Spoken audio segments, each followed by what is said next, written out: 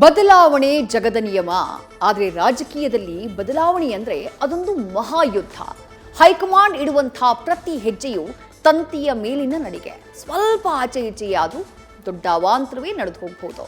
ಈಗ ರಾಜ್ಯದಲ್ಲಿ ಕ್ರಾಂತಿ ನಡೆದೇ ಇದ್ರೂ ಸಿಎಂ ಕುರ್ಚಿಯ ಕಿತ್ತಾಟ ಮತ್ತಷ್ಟು ತಾರಕಕ್ಕೇರಿದೆ. ಸಿದ್ದು ಡಿಕೆ ಪವರ್ ಫೈಟ್ನ ಮಧ್ಯೆ ದಲಿತ ಸಿಎಂ ಅನ್ನುವಂತಹ ಚರ್ಚೆ ಮತ್ತೆ ಏಣುಕಿದೆ.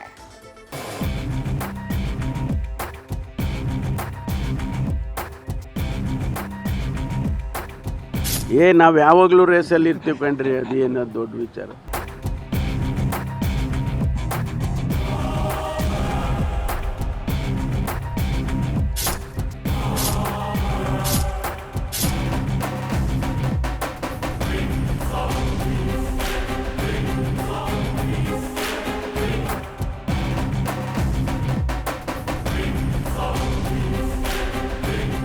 ರಾಜ್ಯ ಕಾಂಗ್ರೆಸ್ನ ಶಕ್ತಿ ಅಂದ್ರೆ ವರುಣಾಧಿಪತಿ, ಯುಕ್ತಿ ಅಂದ್ರೆ ಕನಕಪುರದ ಕಲಿ. ಇವರಿಬ್ಬರ ಮಧ್ಯೆ ವೋಟ್ ಬ್ಯಾಂಕ್ನ ಪವರ್ಫುಲ್ ಸ್ಟ್ರೆಂತ್ ಆಗಿರೋ ದಲಿತಾಸ್ತ್ರ ಪ್ರಯೋಗ ಆಗಿದೆ. ಸಿಎಂ ಕುರ್ಚಿಯ ಕಿತ್ತಾಟದಲ್ಲಿ ಪರಮಾಧಿಪತಿಯ ಎಂಟ್ರಿಯಾಗಿದೆ. ಮುಖ್ಯಮಂತ್ರಿ ಸೀಟ್ಗೆ ಮೂರನೇ ಟವಲ್ ಬಿದ್ದಿದೆ.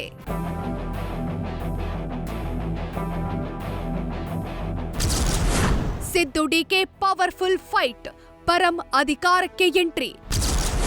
ನಾನು ಆಕಾಂಕ್ಷೆಯಿಂದ ಗೃಹ ಸಚಿವ, ದಲಿತ ಸಿಎಂ ಆಗ್ತಾರಾ?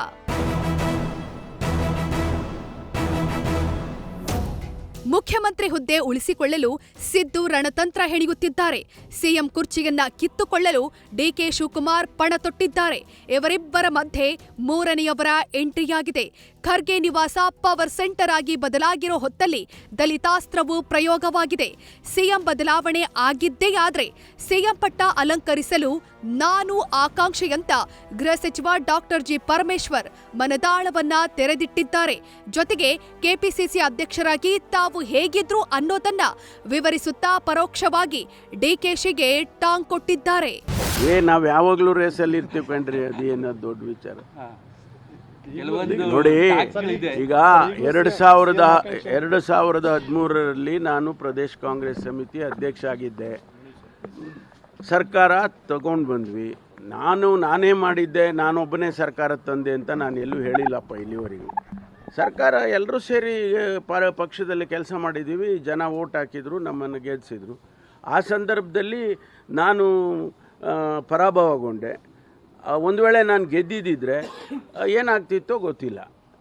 ಅವತ್ತು ಹೌದು ರೇಸಲ್ಲಿದ್ದರೆ ಸ್ವಾಭಾವಿಕವಾಗಿಯೂ ಪ್ರದೇಶ್ ಕಾಂಗ್ರೆಸ್ ಸಮಿತಿ ನಮ್ಮಲ್ಲಿ ಕನ್ವೆನ್ಷನ್ ಇದೆ. ಒಬ್ಬರಿಂದ ಅಧಿಕಾರ ಅನ್ನೋದು ತಪ್ಪು, ಸತೀಶ್ ಸಿಡಿಗುಂಡು. ದಲಿತ ಸಿಎಂ ರೇಸ್ ಇಲ್ಲ ಎಂದ ಸಚಿವ ಎಚ್.ಸಿ. ಮಹದೇವಪ್ಪ. ಸಿಎಂ ಪಟ್ಟಕ್ಕಾಗಿ ಡಿಕೆಶಿ ಬಣ ಆಕ್ಟಿವ್ ಆಗಿದ್ರೆ ಬದಲಾವಣೆ ಮಾಡೋದೇ ಆದ್ರೆ ದಲಿತ ಸಿಎಂ ಮಾಡಿ ಎಂಬ ಪಟ್ಟನ್ನ ಸಿದ್ದರಾಮಯ್ಯ ಬಣ ಮುನ್ನೆಲೆಗೆ ತಂದಿದೆ. ಜೊತೆಗೆ ಒಬ್ಬರಿಂದಲೇ ಅಧಿಕಾರ ಬಂದಿದೆ ಅನ್ನೋದನ್ನ ನಾನು ಒಪ್ಪಲ್ಲ ಎನ್ನುತ್ತಾ ಪರಮೇಶ್ವರ್ಗೆ ಸತೀಶ್ ಜಾರಕಿಹೊಳಿ ಜೈ ಎಂದಿದ್ದಾರೆ. ಸಚಿವ ಎಚ್.ಸಿ. ಮಹದೇವಪ್ಪ ಮಾತ್ರ ಸ್ವಲ್ಪ ನ್ಯೂಟ್ರಲ್ ಆಗಿ ಮಾತನಾಡ್ತಿದ್ದಾರೆ. ತಪ್ಪೇನಿಲ್ಲ, ಸರಿಯಾಗಿದೆ. ಈಗಾಗಲೇ ಅವರು ಮುಂಚೆ ಕೂಡ ಹೇಳಿದ್ದಾರೆ, ನಾವು ಕೂಡ ಆಕಾಂಕ್ಷಿ ಇದ್ದೀವಿ. ಸೊ ಅವ್ರ ಬೇಡಿಕೆಯಲ್ಲಿ ಏನು ತಪ್ಪಿಲ್ಲ.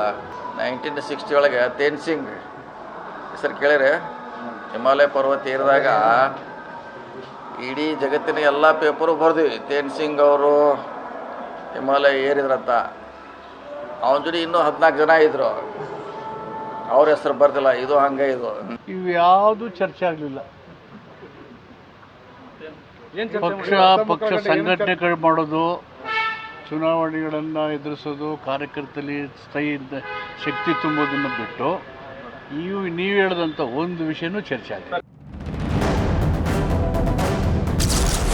ಪಟ್ಟದಾಟದ ಮಧ್ಯೆ ಸಿದ್ದು ಪರ ಫೀಲ್ಡ್ಗಿಳಿದ ಯತೀಂದ್ರ. ಎಐಸಿಸಿ ಅಧ್ಯಕ್ಷರ ಮನೆ ಮುಂದೆ ಕಾಂಗ್ರೆಸ್ ಕಲಿಗಳು ಕ್ಯೂ ಹಚ್ಚಿದ್ರೆ ಸಿದ್ದರಾಮಯ್ಯ ಪುತ್ರ ಯತೀಂದ್ರ ಮತ್ತೊಂದು ರೀತಿಯ ದಾಳ ಉರುಳಿಸಿದ್ದಾರೆ. ಸಿದ್ದರಾಮಯ್ಯರನ್ನ ಬೆಂಬಲಿಸುವಂತೆ ಕಾಂಗ್ರೆಸ್ ಶಾಸಕರನ್ನ ಸೆಳೆಯುತ್ತಿದ್ದಾರೆ. ಹುಬ್ಬಳ್ಳಿ ಧಾರವಾಡ ಪೂರ್ವ ಕ್ಷೇತ್ರದ ಶಾಸಕ ಪ್ರಸಾದ್ ಅಬ್ಬಯ್ಯ ನಿವಾಸಕ್ಕೆ ಭೇಟಿ ಕೊಟ್ಟು ಮಹತ್ವದ ಚರ್ಚೆ ನಡೆಸಿದ್ದಾರೆ. ಇದೇ ವೇಳೆ ಪರಮೇಶ್ವರ್ ಸಿಎಂ ಆಕಾಂಕ್ಷೆ ಅಂದಿದ್ರಲ್ಲಿ ತಪ್ಪೇನಿದೆ ಅಂತ ಪ್ರಸಾದ್ ಅಬ್ಬಯ್ಯ ಪ್ರಶ್ನಿಸಿದ್ದಾರೆ. ಪ್ರಭಾವಿ ರಾಜಕಾರಣಿಗಳು, ರಾಜಕೀಯ ಮುತ್ಸದ್ದಿಗಳು, ಅವ್ರಿಗೆ ಎಲ್ಲ ಥರದ ಅರ್ಹತೆಗಳು ಕೂಡ ಇದೆ. ಖಂಡಿತವಾಗಿ ಕೂಡ ಅವರು ಕೂಡ ಒಬ್ಬರ ನಾನು ಮುಖ್ಯಮಂತ್ರಿ ಆಗಬೇಕನ್ನುವಂಥದ್ದು ಇದೆ. ಎಲ್ಲರ ನಮ್ಮ ಇದು ಕೂಡ ಎಲ್ಲರೂ ಆಗಬೇಕನ್ನುವಂಥದ್ದು ಇದೆ ಖಂಡಿತವಾಗಿ ಕೂಡ. ಬಾಕಿ ಉಳಿದಿರೋದು 2.5 ವರ್ಷ. ಇರೋದು ಒಂದು ಸಿಎಂ ಕುರ್ಚಿ, 10 ಕಣ್ಣುಗಳು. ಈ ಪಟ್ಟದ ಪ್ರಹಸನದಲ್ಲಿ ಯಾರ ಕೈ ಮೇಲಾಗುತ್ತೆ ಅನ್ನೋದು ಕಾಂಗ್ರೆಸ್ ಹೈಕಮಾಂಡ್ಗಷ್ಟೇ ಗೊತ್ತು. Shivaprasad, political bureau, news first. News first ನಿರ್ಭೀತಿಯಿಂದ ನಿಮ್ಮ ಪರವಾಗಿ.